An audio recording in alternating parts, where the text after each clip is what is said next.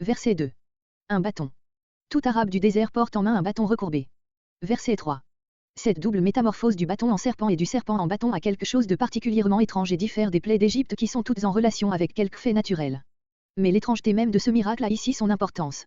De même que le buisson ardent, il se rapporte au nom que Dieu vient de révéler à Moïse, Exode 3.14. Dieu seul est ce qu'il est, d'une manière absolue, les autres êtres n'ont pas d'essence propre et ne sont que ce que Dieu veut qu'ils soient. C'est aussi le sens de la main de Moïse tour à tour saine et lépreuse. Mais, comme les miracles en général, ceux-ci ne sont pas de simples démonstrations arbitraires de puissance, ce sont des signes ayant une signification en rapport avec la situation donnée. Par le premier signe Dieu dit, je puis en un clin d'œil transformer l'arme sur laquelle tu crois pouvoir t'appuyer pour ta défense et celle de ton peuple, en un moyen de destruction dans la main de l'ennemi qui s'en servira pour te faire périr toi et ton peuple, comme aussi je puis en un clin d'œil transformer la puissance de ton ennemi en moyen de délivrance pour toi et ton peuple. Verset 6. Par ce second signe, Dieu veut dire sans doute, de cet Israël arrivé en Égypte comme une famille riche, libre, prospère, il m'a plu de faire un peuple opprimé, méprisé, déchu, que les Égyptiens traitent comme un peuple souillé. De ce même Israël je puis en un instant faire par ton moyen un peuple restauré, puissant, vainqueur, sortant d'Égypte chargé de butin. Il y a 3 points à remarquer. C'est ici le seul cas sans doute où les signes ne sont pas seulement annoncés, mais s'accomplissent à l'avance, avant le moment en vue duquel ils sont donnés. On voit par là qu'il était destiné non seulement au peuple, mais avant tout à Moïse lui-même qui, lui aussi, comme le montre toute la scène, avait besoin d'être affermi dans sa foi. Cette relation étroite entre les signes et l'incrédulité de Moïse garantit la réalité des premiers. Pas plus la tradition postérieure n'aurait inventé le défaut de foi et d'obéissance dont Moïse fait preuve en cette circonstance, pas plus les miracles destinés à remédier à cette faiblesse de l'instrument dont Dieu se sert, ne peuvent avoir été imaginés postérieurement. Ces prodiges sont les premiers faits miraculeux opérés dans le domaine de la nature, que mentionne la Bible. On a prétendu parfois, pour prouver le caractère légendaire des récits bibliques, que le merveilleux s'y rencontrait en grande abondance dans les temps primitifs et qu'il diminuait de plus en plus à mesure que l'on se rapprochait des temps historiques. Et pourtant 2500 ans de l'existence du monde se sont écoulés avant que la Bible nous parle d'un seul miracle tel que les 2 qui viennent d'être racontés ici. Verset 9. Le troisième signe.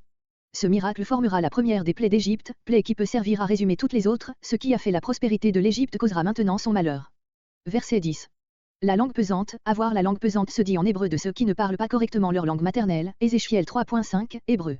Mais ici ce que l'Éternel dit à Moïse, verset 11, montre qu'il s'agit d'une difficulté d'organe.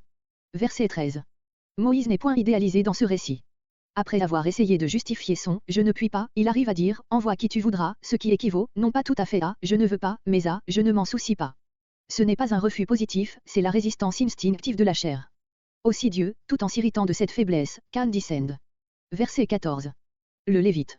Aaron ne peut être appelé le Lévite que comme étant le chef de la tribu de Lévi. Il devait sans doute cette haute position à sa double qualité de chef, par droit de naissance, de la seconde branche des Lévites, celle de Kéhat et de Marie d'Élisabeth, la sœur de Nahason, prince de la tribu de Juda. Verset 16. Comme Dieu instruit les prophètes qui transmettent ses paroles au peuple, ainsi Moïse instruira Aaron de ce qu'il devra dire pour qu'il le transmette soit à Pharaon, soit au peuple. Verset 18. Verset 18 à 31 Retour de Moïse en Égypte. Pour voir s'ils sont. Après une si longue oppression ils auraient pu être anéantis ou dispersés. Verset 19. Cette parole, tout en confirmant l'ordre précédent, ajoute un nouveau trait propre à dissiper les inquiétudes qui pouvaient encore arrêter Moïse. Tous les hommes qui en voulaient à ta vie, non seulement Pharaon, mais aussi les parents de l'Égyptien tués par Moïse, car, d'après les coutumes de l'Orient et de l'Antiquité, c'était à eux à requérir contre le meurtrier. Verset 20.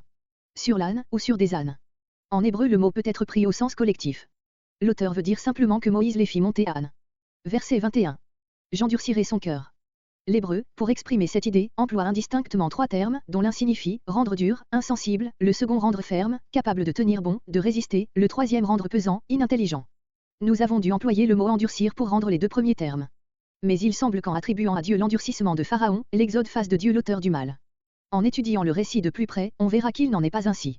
En effet, si l'Exode dit 10 fois que l'Éternel raidit, appesantit ou endurcit le cœur de Pharaon, Exode 4.21, Exode 7.3, Exode 9.12, Exode 10.1 20 et 27, Exode 11.10, Exode 14.4, Exode 14.8, Exode 14.17, 10 autres fois ce même livre dit aussi que Pharaon endurcit son cœur ou que son cœur s'endurcit ou s'appesantit, Exode 7.13-14 et 22, Exode 8.15 et entre 19 et 32, Exode 9.7 et 34 à 35, Exode 13.15.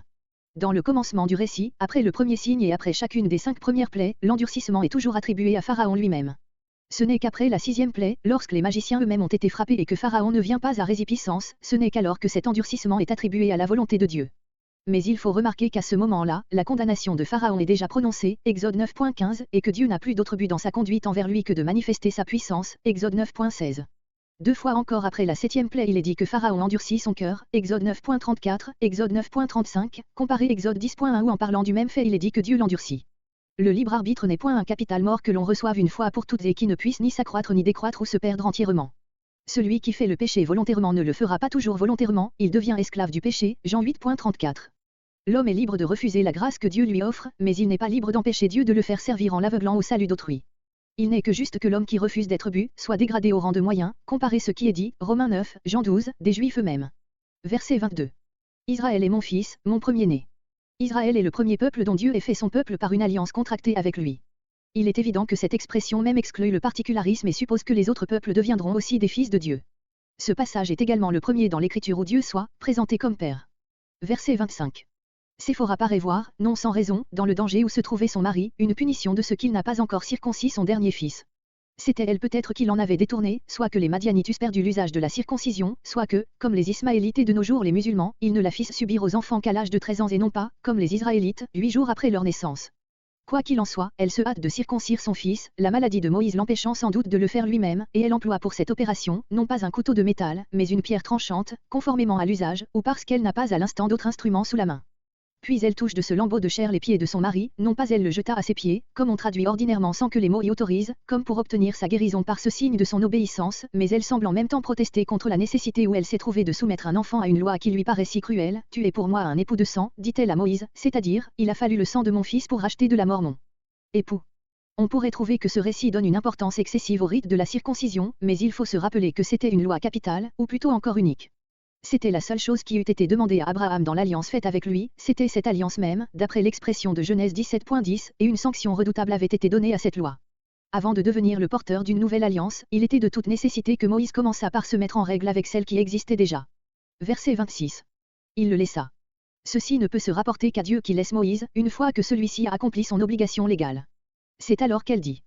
Il semble que le narrateur fasse allusion à un dicton populaire auquel avait donné lieu la parole de Séphora, dicton en usage chez les peuples arabes rapprochés d'Israël et par lequel elle stigmatisait la circoncision en appelant les Israélites des époux de sang, c'est-à-dire des hommes avec lesquels il ne faut pas s'unir si l'on ne veut se condamner à verser le sang de ses enfants. Ce récit indiquerait l'origine de cette locution injurieuse. En parlant des circoncisions, littéralement, par rapport aux circoncisions. Ces mots élargissent le sens de la parole de Séphora en l'appliquant non pas seulement à cette circoncision particulière, mais à la circoncision en général. La difficulté que Séphora paraissait éprouver à se soumettre aux coutumes des Israélites engagea probablement Moïse à ne pas l'amener alors au milieu d'eux. Nous voyons en effet que plus tard Jéthro la ramena à Moïse, Exode 18.2-6, ce qui paraît prouver que celui-ci l'avait renvoyé avant de rentrer en Égypte. Verset 30. Aaron dit. Aaron seul, non, comme plus loin, Aaron et Moïse, car Moïse est encore inconnu à son peuple, tandis qu'Aaron est bien connu de lui, comme chef de tribu. Verset 31. Et le peuple crut. Quels qu'aient été plus tard les manques de foi des Israélites, c'est par la foi qu'ils commencent. Ce premier acte de foi est un fait capital dans leur histoire comme dans celle de tous les hommes de Dieu. Abraham, Pierre, les autres apôtres ont souvent faibli et douté, mais leur point de départ était un acte de foi, nous avons tout quitté et nous t'avons suivi.